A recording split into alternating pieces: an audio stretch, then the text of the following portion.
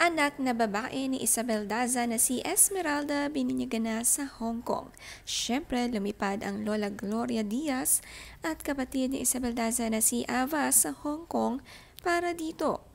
Ang nag-iisang anak na babae ni Isabel Daza, napakaganda, maraming ang nagsasabi. Siya ang magiging future Miss Universe tulad ng kanyang lola. Sa Hong Kong nga ginanap ang baptism dahil dito nga nakabase ang mag-asawa.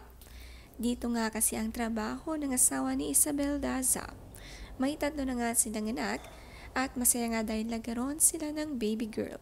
At ang gagandang lahi nga ng mag-asawa, pares maganda at pogi ang mga anak.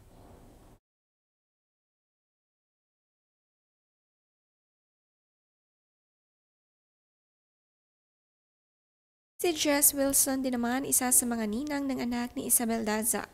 Ang ganda at blooming nga ngayon ni Jess kahit walang makeup.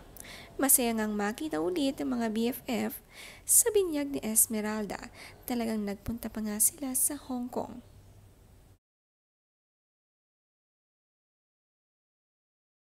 Ang dami ngang pinsan nitong mga anak ni Isabel, maraming childhood friends na makakasama habang lumalaki sila. Hindi naman nga nakapunta dito sina Ann Curtis at Solen.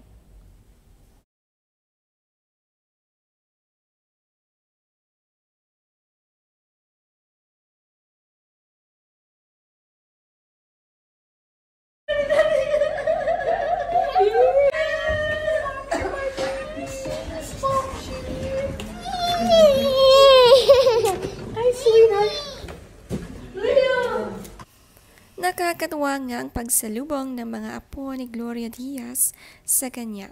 Kitang-kitang miss na ang lola nila, pati ang kanilang tita ni Yakap din.